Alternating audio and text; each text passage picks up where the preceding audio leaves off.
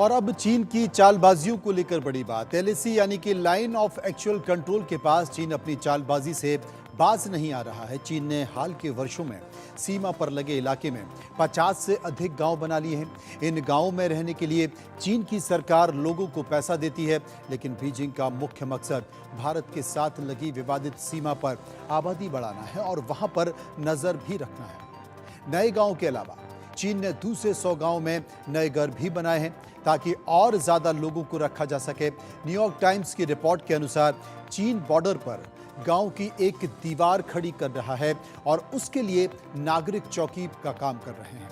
चीन बॉर्डर पर नजर रखने के लिए तेजी से अपना काम कर रहा है। हिमालय की तलहटी में स्थित क्योंगलिंग गांव को चीन ने हाल ही में बसाया है। समुद्र तल से 10,000 फीट की ऊंचाई पर स्थित ये इलाका कभी एक खाली घाटी था। यहाँ केवल स्थानीय शिकारी ही आते जाते थे और फिर चीनी अधिकारियों ने घरों और बढ़िया पक्की सड़कों वाला एक गांव बनाया और गांव को दूसरी बस्तियों में वहां जाने के लिए पैसे दिए गए।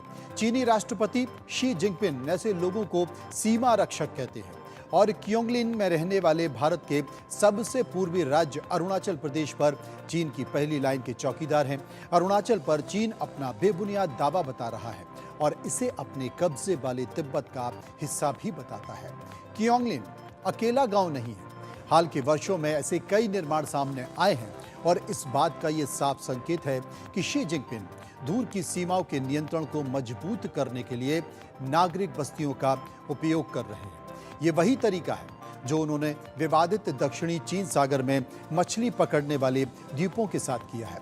सैटेलाइट से हासिल तस्वीरों के विश्लेषण से पता चलता है कि चीन ने भारत की सीमा में लगे लगभग हर हिमालयी दर्रे के पास कम से कम एक गांव बसाया है। इसके साथ ही भूटान और नेपाल की सीमा से लगे ज्यादातर दर्रे में भी गांव का निर्माण किया जा रहा है।